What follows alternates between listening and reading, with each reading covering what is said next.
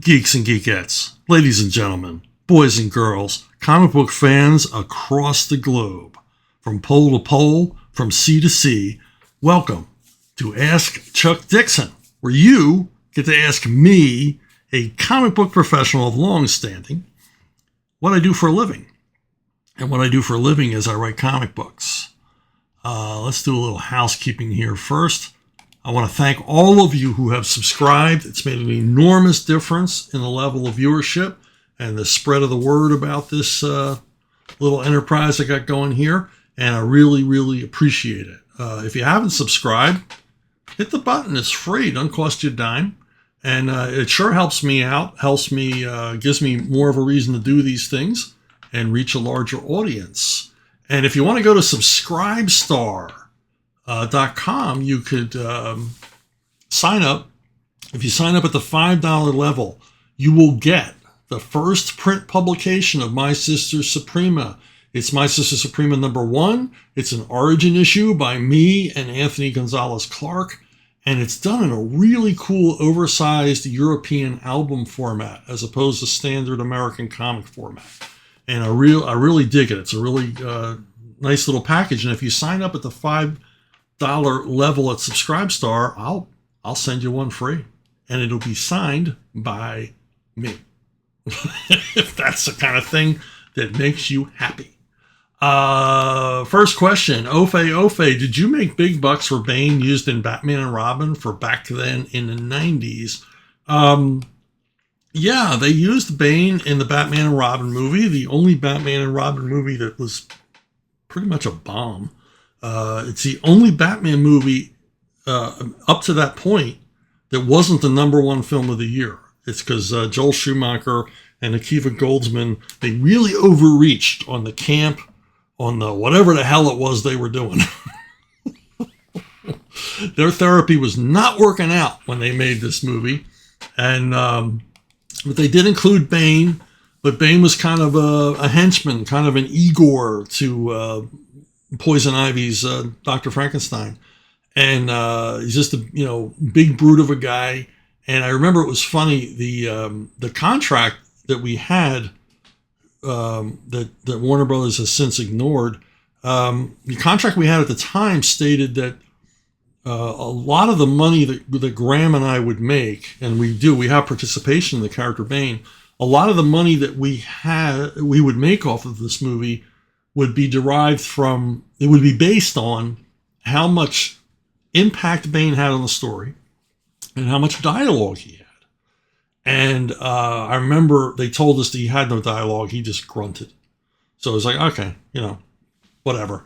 We don't know what to expect dollar-wise from this thing.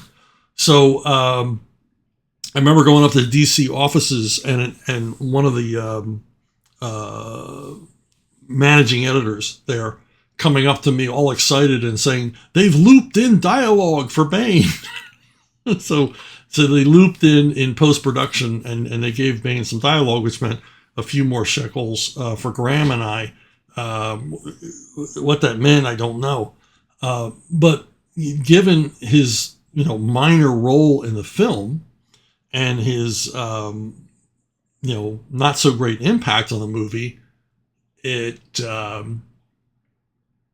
were pleased. We were pleased with the money that we got from Bane being in the movie. Even more pleasing was the level of merchandising. They did a lot of merchandising. There was maybe 6 different Bane action figures from which, we saw some cash, which was nice. And an added bonus was that they named Robin's motorcycle the Redbird, which means they had to give money to Tom Grummett and I because we had named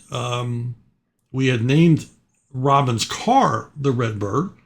And because we had named it, anything that Robin rode around on, if it was a scooter or a skateboard or whatever, if it was called the Redbird, we would see some money.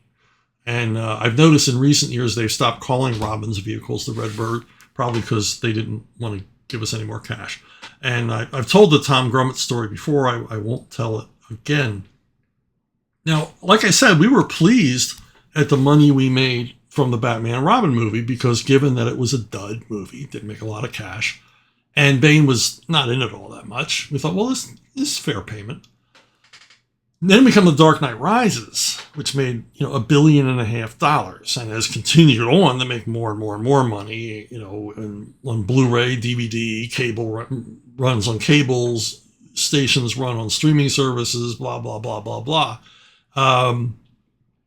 And we were calculating, because Bane was such a huge portion of the movie and had more dialogue than anybody else in the film. I mean, he talks a lot in Dark Knight Rises. He's got all those little monologues. We really thought this was going to be a big payday, and it wasn't. And DC kind of promised us it would be a big payday, and it really wasn't. In comparison to what we made on Batman and Robin, it was pretty much the same. And we brought this up, and they kept delaying us. I probably shouldn't even be talking about this, but I didn't sign an NDA. And they kept delaying us on answers, and then finally told us, look, that's all you're going to get. And you're like, this movie made $1.5 billion. And as Graham said, if Paramount had made it, we'd be millionaires. But Warner's made it, so it's kind of an inside deal. And what they told us was they had redefined, DC and Warner's had redefined net receipts, and somehow our contract was voided. And so it was no longer based on the participation of Bane in the story or the amount of dialogue Bane had. In fact, they denied that was ever true, even though it's stated clearly in our contracts. But you tried to sue a major studio. So what we ended up with was we settled with them, but I'm still not real happy. And the way they break it down now, and I think Disney does the same thing, is they take the number of elements. What elements? And they considered that in Dark Knight Rises there were 23 Batman elements, including the Batcave, the Batmobile, whatever. Elements unique. And then Bane was just one of them. And then we were paid out of a pool divided 23 ways. So there you go. Hollywood accounting. So yeah, happy with the Schumacher film, not so happy with the Nolan movie. But to be fair, DC is paying more out for story content on things. I've seen money from one of the Birds of Prey movies. I've seen money from some of the TV stuff. If they use your story elements written by you or someone else, they're willing to pay out for that. Which, okay, that's something. So much better than Marvel does. DC compared to Marvel, it's night and day. Marvel, you get nothing, or virtually nothing. Cameron Morgan, what are some of your favorite Chinese and or Japanese-based comics, books, or films? What are some big influences you had for Way of the Rat? It was, I went over this in a recent video, my favorite martial arts movies, so I'm not going to do that again. But primarily it was Jackie Chan was the big influence because there's a lot of comedic elements in Way of the Rat. It's a more of a lighthearted adventure, martial arts adventure. Not to say that there's not some, wild and crazy action and it doesn't get super violent, but, with a talking monkey as a sidekick and all the rest of it, it falls more into the Jackie Chan camp of light martial arts romp. And that was the biggest influence for myself and Jeff Johnson, my collaborator on Way of the Rat, who I've said over and over again, I could not have done Way of the Rat without Jeff Johnson's involvement because of his keen interest in martial arts itself and Asian history and just the amazing visuals he came up with to make this one hell of a gorgeous comic. If you've never checked out Way of the Rat, you should check it out. And Marvel really should reprint it in its entirety. It's just such a beautiful looking series. Hey, Cameron gets a twin spin. Did you have an opportunity to pitch for a samurai story with CrossGen? How did Ron Mars get onto writing The Path?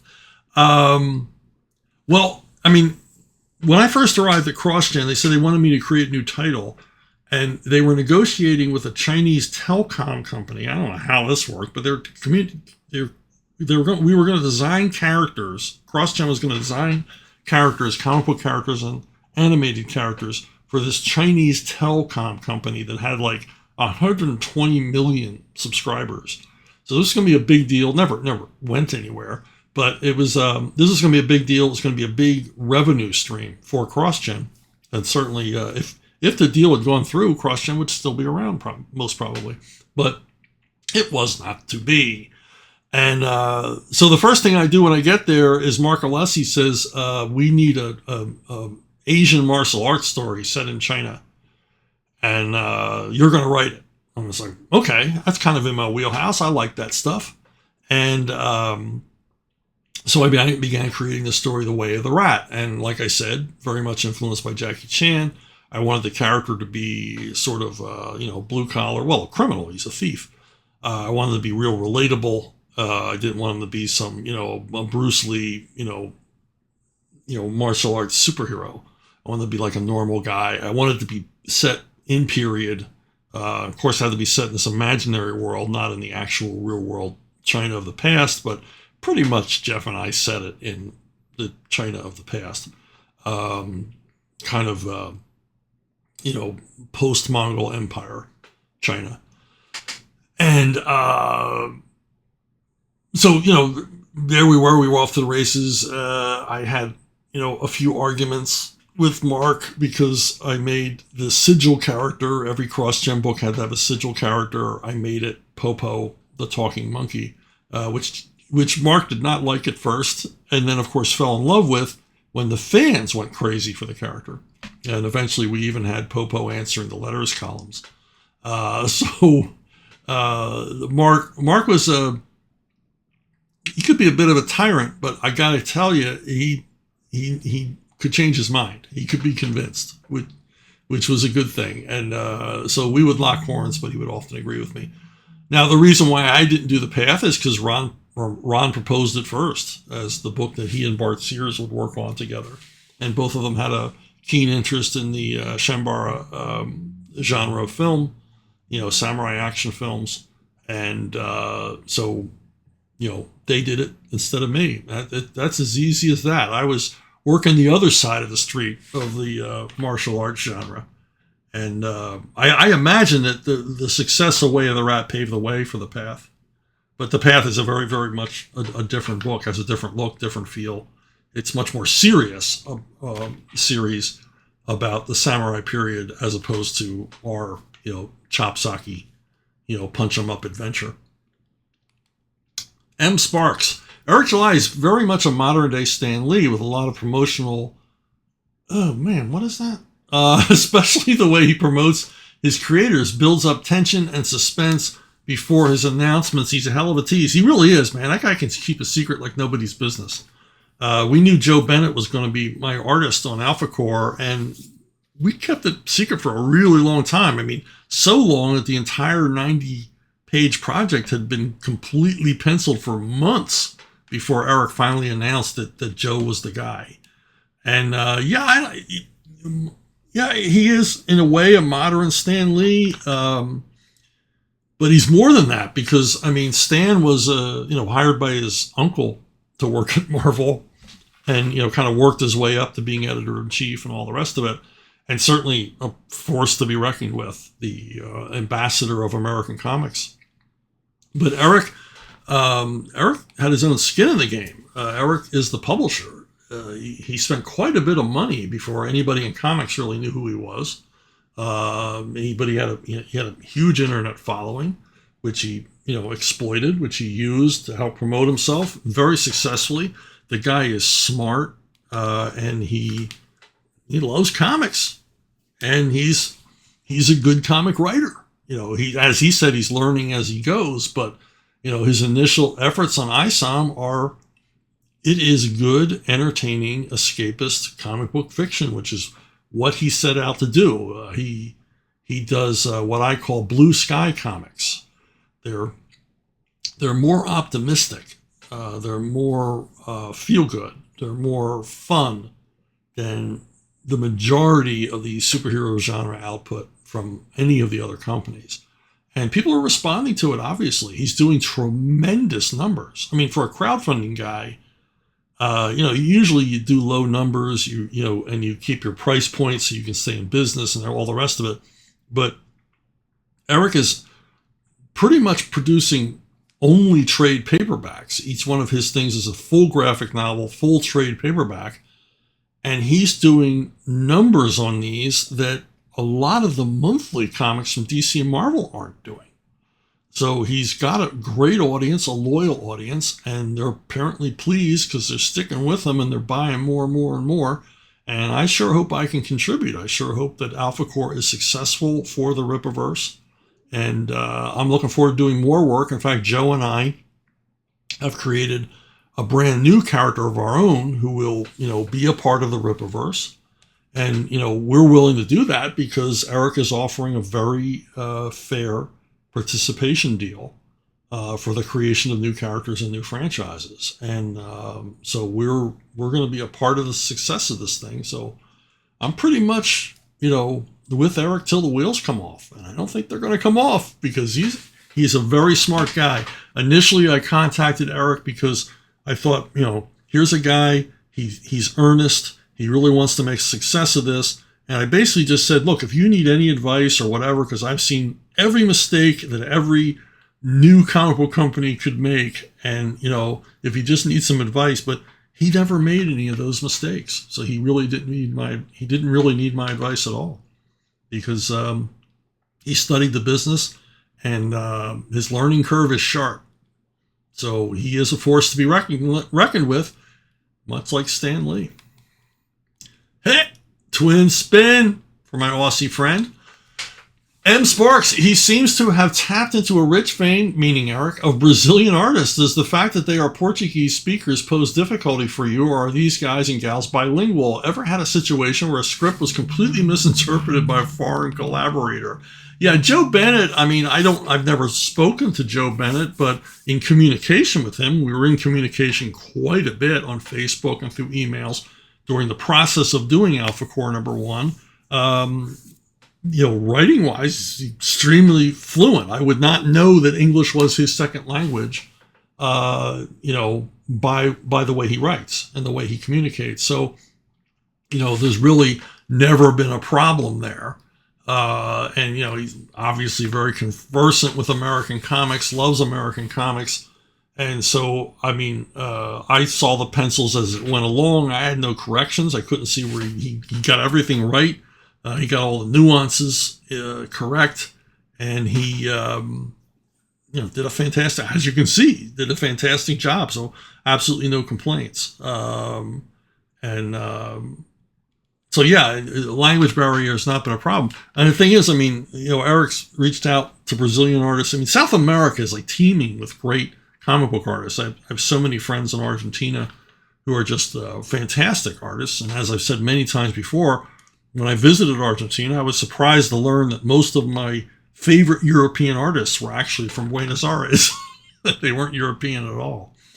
Now, as far as translating problems, speaking of Argentines, when I worked with Jorge Zafino on the series Winter World, we ran into one little problem. I think it's the second or third issue. Scully, my main character, is loose in the wilderness and has to feed himself. And I wrote that he finds a herd of elk in the snow, and he kills one and, he's able to feed himself, kills one with a spear that he's made, and is able to feed himself. Well, I never had a problem with Jorge. Jorge did not speak English. I did not speak Spanish, do not speak Spanish. But Jorge worked with a translator. A translator was very good. But apparently a translator had no idea what an elk was. So they guessed. And this is what they guessed elk were. Sort of winterized baboons, some sort of early primate. But they looked so cool. I didn't have the heart because these things appeared in like 6 or 7 panels. I wasn't about to ask him to redraw them, and I thought, okay, this is this weird aspect of this strange post-apocalyptic frozen Earth that a new breed of lower primate, or higher primate, I should say, has emerged. And we'll just leave it at that. But no idea what an elk was. Triple spin, mate. Okay, I have a filing cabinet drawer more than half full of Flash comics. Most of them from the 1987 series, kicked off by Mike Baron and Jackson Geiss. Mike was succeeded on the title by Bill Messner-Loebs and Greg LaRocque, an era which I really enjoyed, but which seems largely overshadowed by Mark Waid's run. Did you ever get to meet or work with these guys, and have you ever written any Flash-related stuff? Mike Baron on the Flash was a game changer for the Flash. I really like this, and of course, I love Butch's art, because Butch is a good buddy and terrific artist. But what Baron brought to the Flash, no one else had done previously, and so much of what we see of the Flash in the TV show and the movies, things like that, in both TV shows, is based on what Mike did. He kind of thought about the logistics. Mike is like me; he's a logistics guy. How would the Flash actually work in the real world? And he's the first writer to think about the fact that Flash would have an extraordinarily fast metabolism. This guy would need a massive caloric intake because he's burning calories. He would die. He would begin burning muscle if he didn't constantly eat. And there were lots of other aspects that Mike brought to the book that nobody had really thought of before. And like I said, so much of it used in all the ancillary entertainment that the Flash has appeared in. Kind of a basis for so many of these things. And I don't think anybody in comics really picked up on what Baron was laying down. They kind of went back to the kind of, melodrama of superhero storytelling, rather than looking at the scientific and real world ramifications of what it would be like to be the fastest man on Earth, be able to run at supersonic speeds and things like that. So yeah, Mike, as always, Mike, when he gets on any kind of established character, kind of, sets the tone, sets the bar for anybody else to follow. And now, have I ever done any Flash? I did one Flash annual with again, my Argentine buddy, KK Alcatena. And it was a Flash annual. They were doing like an international theme. And it was a Flash annual set in Argentina featuring a whole bunch of superheroes, Argentine superheroes, which I was given the assignment. I forget who was originally going to write it, but they dropped out at the last minute. And the editor said, could you please write this? I had 2 weeks to figure this thing out. And I couldn't have done it without Kike, because I basically had him create all the Argentine superheroes. I didn't know enough about Argentine culture to create, and especially in that amount of time, to create unique Argentine superheroes. And so Kike, did all these drawings. He named them. He told me what their powers would be, and I just kind of inserted them into the story. So it was fun. I always loved working with Kike. It's a massive talent. The only other Flash thing that I was going to work on was I was going to do a follow-up to the Justice Riders about Kid Flash and Barry Allen and Jay Garrick. And it was going to be like a, fastest gun in the West kind of story. But my editor kept slow walking me on the... He kind of ran the clock out. Instead of just saying, no, I don't want to do it, he kept finding artists who were too busy or too slow to ever work on it. And but that's what a lot of comic editors do. Not the good ones, but the bad ones. They just don't, they glad hand you and they simply don't say no, which would have been fine. Okay, no, I'll move on. But, to keep the pitch process going forever, it's painful. It's like Hollywood. Oh, man. The rare quadruple spin. The Thunder from Down Under.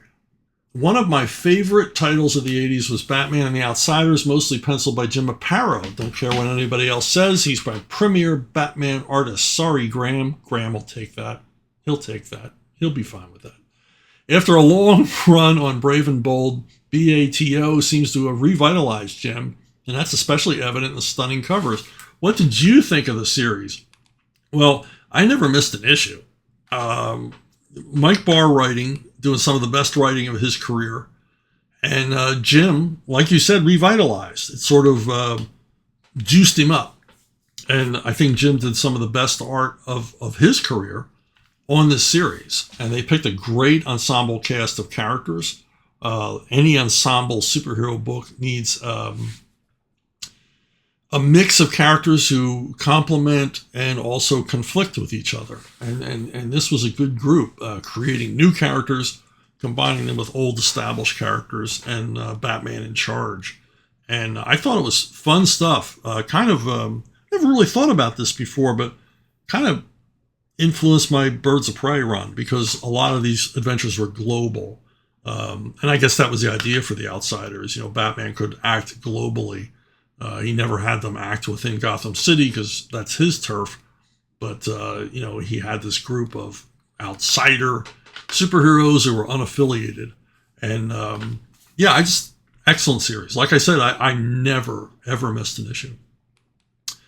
I did my own Batman Outsiders for a while, sort of truncated run of 10 issues before I was fired for reasons unknown. But I had a lot of fun working on it, and obviously heavily influenced by what Mike Barr and Jim had done previously. You got another one. Now, how did I miss giving you a quintuple spin? You've spoken a number of times about banked or mothballed stories held by the big two publishers for a rainy day. Do you think this material still exists after all the corporate reshuffling of late? Seems to me that if a fire sale was to be had, or the big two adopted licensing models, this resource could constitute money in the bank. Yeah, there's a lot of unpublished stuff at Marvel and DC. Now, whether or not they still have the files, whether they're lost on some hard drive somewhere and no one knows where they are, or they've been forever erased, I don't know. But I know for my own, in fact, I've got a lot of inventory work. I mean, I've probably got a good 300, 400 pages of stuff that I did for the companies. Because at DC, you had to write an inventory each year. If you were the regular writer, you wrote 13 issues. And some fill-in artist would draw that 13th issue. Scott McDaniel was always so proud that he drew his own fill-ins. He drew his own inventory stories. But a lot of these were never used because you had artists like Scott McDaniel who, didn't need a fill-in guy. He never missed a deadline. You had other guys who couldn't meet a deadline to save their lives, and so the inventory stories were printed each year. But most of the guys I worked with, Graham and Scott and Rodolfo and Butch and guys like that, they just didn't miss issues. So those inventory issues would go into a drawer for a future date and largely be forgotten. I did a lot of stories, maybe a half dozen Detective Comics fill-ins with Jim Aparo. None of them ever saw the light of day. The Joker, the 5-part Joker story we did for Legends of the Dark Knight was actually shelved for a long time until Andy Helfer resurrected it and reluctantly told me that he thought it was an okay story. and he had it re-inked. It was initially inked by Graham Nolan, who inked it just like Jim. He inked it in Jim's style, but they had it redone. I forget by who. It was a British artist, I believe, and published it was a Dark Knight, Legends of the Dark Knight with Joker and Ra's al Ghul. And but for the most part, there were lots and lots of stuff that didn't get published at both DC and Marvel. One of them, and it hurts, man, because nobody will ever see these. One of them is pictured here. It's a Punisher graphic novel that Gary Kwapis and I did for Marvel. You remember those oversized graphic novels? We did a Punisher in the Savage Land, 64-page graphic novel, fully penciled, inked, and lettered, and it's on the ash heap of history. If you go to chuckdixon.net and look around, you can see the whole thing. I've reproduced it there from the originals. Also, the final 2 issues of Punisher 2099 by me, and again, Kike Alcatena. It was a 2-parter. It was never published. The book was canceled before the proposed final 2 issues were presented. And this one hurts a lot. I did an inventory issue of Birds of Prey, and it was called Birds of Prey 1943, and it was done as a series of daily comic strips and Sunday strips, as if it was the Birds of Prey were an aviation strip like Johnny Hazard or Smiling Jack, an aviation strip done in 1943, and it was going to be printed sideways with the Sundays in color and the dailies in black and white. Artwork by, again, Argentine artist Lido Fernandez, working in a beautiful sort of Frank Robbins, Milton Caniff style. And again, chuckdixon.net, you can see the story almost in its entirety, shot from the originals. But it was never published, and which is unfortunate. I mean, why this could have been thrown into a trade paperback collection as an extra or whatever. It's really weird. They just sort of forget this stuff exists. Another one was the never completed 2-part Detective Comic story featuring Man-Bat by myself and Brian Stelfreeze. And basically it was never done because, it never completed because the editor, it was a new group editor, just kept jerking us around for some reason. And he didn't like me, and I guess for some reason didn't like Brian. And he just kept moving the deadline and jerking us around and delaying us and telling us to stop working and then start working. And then finally, it just sort of all got forgotten. And, Brian had to take on other assignments. He couldn't wait until the issues would be scheduled. And so it was never completed. It's one of my favorite Batman stories I've ever written. But alas and alack, these things happen. Eminem, having written so many stories through the years, do you feel you have an overarching theme or a subject you keep returning to across all of your work? No, I don't think about themes. I kind of think that has to be decided on by whoever reads it in the future. I mean, maybe you see something there. I mean, over time in Birds of Prey, I had a recurring theme, and it was unconscious on my part. But I realized they had a recurring theme of unintentional consequences, that Babs and the Black Canary would often find themselves on the wrong side. And I think I was dealing with the irony of the age of information, where Oracle supposedly has all the world's information at her fingertips, but often got things wrong because, as we've learned, the internet is primarily full of lies. And so it wouldn't be until Black Canary got on the ground in the situation to find out what was really going on, as opposed to whatever Oracle had gleaned from her search engines. And, but that's like, that occurred to me after I was done writing the series, kind of looking back on it and realizing that's what I had done, but it was all subconscious on my part. I think if you set out to do a theme, it's kind of pretentious. It's not how I work. On the subject of themes and things like that, and hidden meanings in work, I met someone once, and she had written her doctoral thesis in psychology on the psychological ramifications of the choices that Dr. Seuss made of colors in his books. She wrote this thesis, very detailed, very well researched and thought out, about why Dr. Seuss chose to use certain colors in his stories and what the deep, deep message was behind the significance of these, color choices. And then she happened, after getting her doctorate, she happened to be at a cocktail party where Theodore Geisel, also known as Dr. Seuss, was attending. And she went up and asked him, she told him all about, I based my doctoral thesis on your work and blah, blah, blah. And she explained the whole thesis to him, to which Geisel said, I didn't pick the colors, the publisher did. So there you go. So much for themes, so much for reading. But whatever you read into an author's work, that's your interpretation. It's not always the author's, as we've learned. Eminem Twin Spin. All right. I've heard that some editors of the Big Two have said if a writer likes a certain character, say someone like Moon Knight, that they won't put that writer on the title. Have you ever seen this in your many travels, and what do you think of that philosophy? Personally, I think it's pretty dumb, but I'm wondering if you might know why an editor would think this way. Yeah, this is kind of the power that editors wield. This is what they call in Hollywood coinage. Editors don't have a whole lot of power in comics. They're not all that well paid.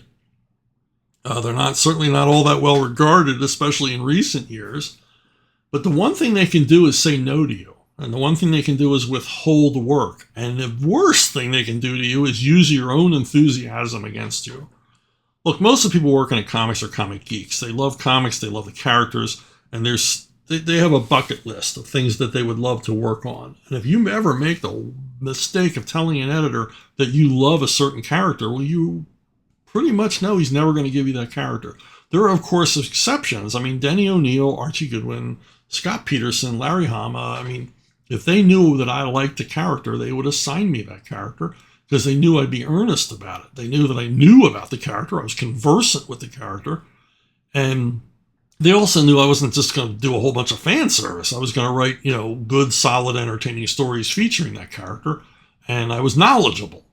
But some editors, they just don't see it that way. They just see it as a whip they can use against you. Something that it's a carrot and stick thing. And they'd rather, as we've seen in recent years, they would rather give the series to someone who actively hates the character than someone who was a fan. Now, I think this is a problem that editors like Denny O'Neil had because everyone wanted to write Batman. And saying you were a big Batman fan wasn't going to get you anywhere with Denny because who in comics isn't a big Batman fan?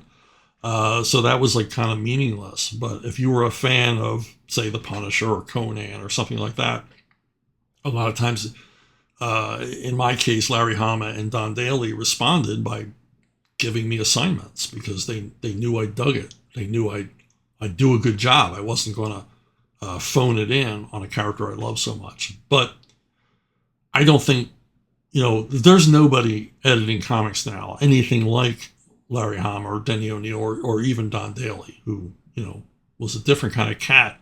But I liked working with Don. Some people didn't. He was a little eccentric. So, if Don's listening, I love you, Don. Always will, man. Awesome guy. So yeah, that is true. What you heard is absolutely true. They are a petty, craven, cowardly bunch, these comic book editors. Story time. You people really like the James Earl Jones story. So I thought I'd tell you another story of my time working at Channel 6, the ABC affiliate, the flamethrower station WPVI in Philadelphia.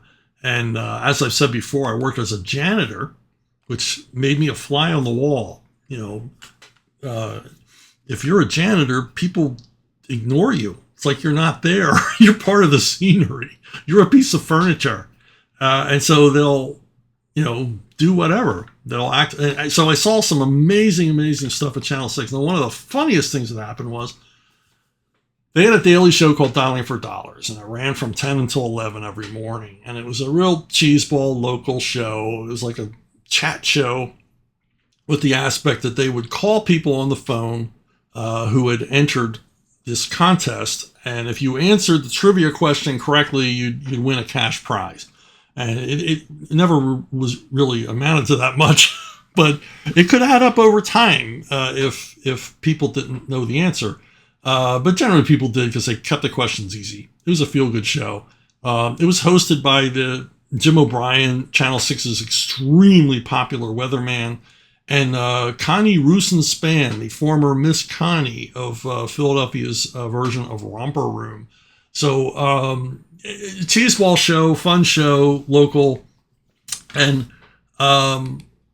every day largely elderly people would climb out of jitneys and buses and taxis and show up for the free tickets to Dialing for Dollars to go sit in the bleachers And I was a janitor, was a big goofy guy, 6'3" in an orange jumpsuit and a beard.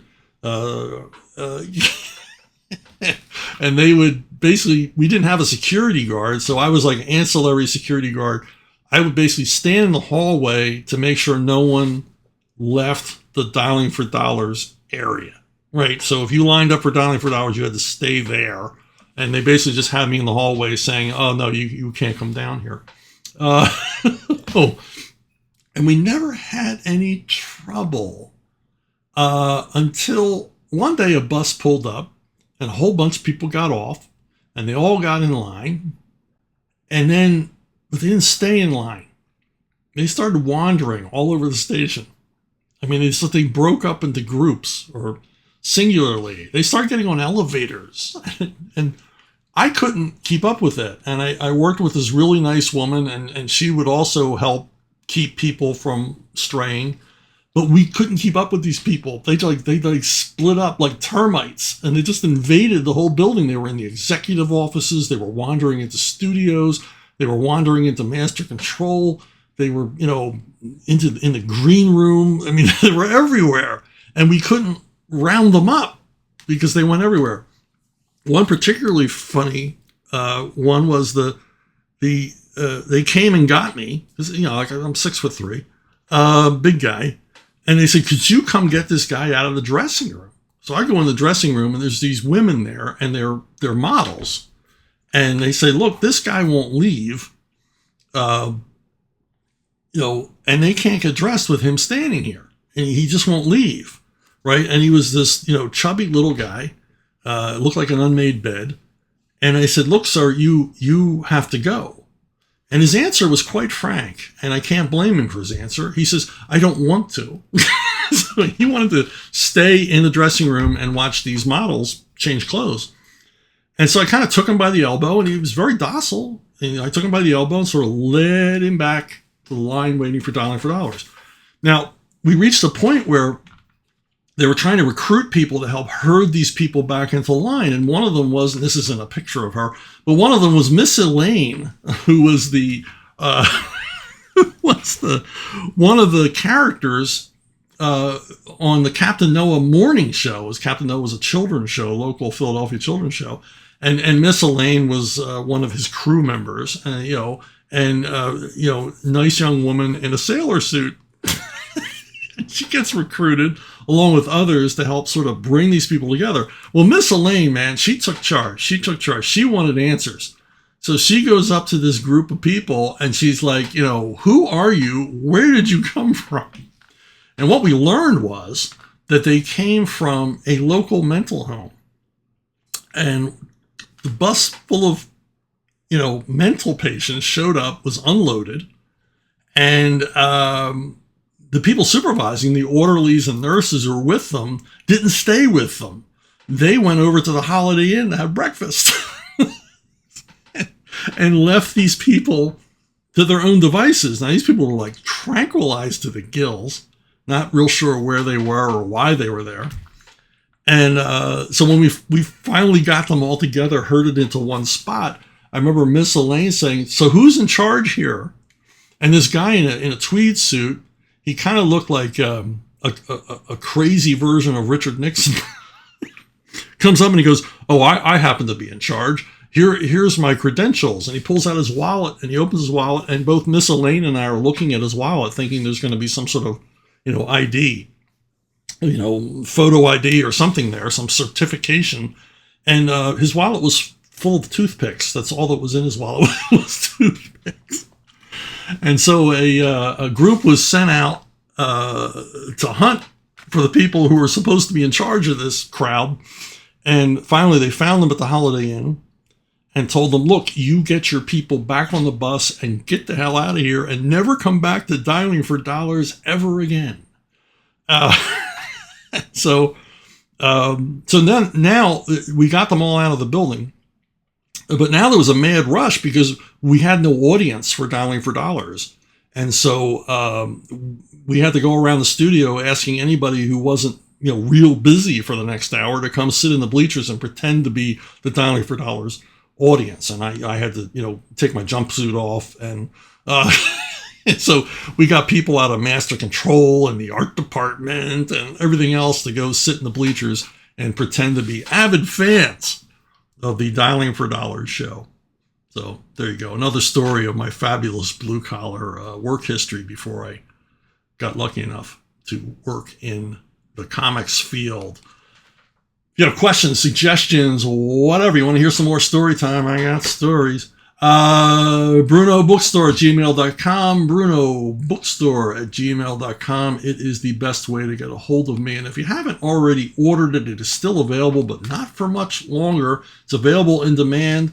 First Kill, Rambo's first mission in Vietnam. It's pretty much Rambo's origin story. It's on Indiegogo. So look for Indiegogo First Kill.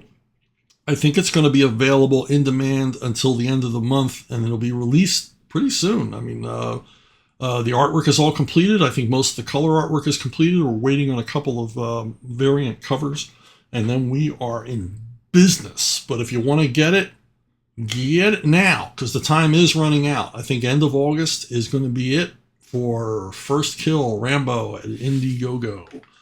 And that's it for me for this week. Thanks for listening. Thanks for watching. Especially thanks for subscribing. It's been an enormous help.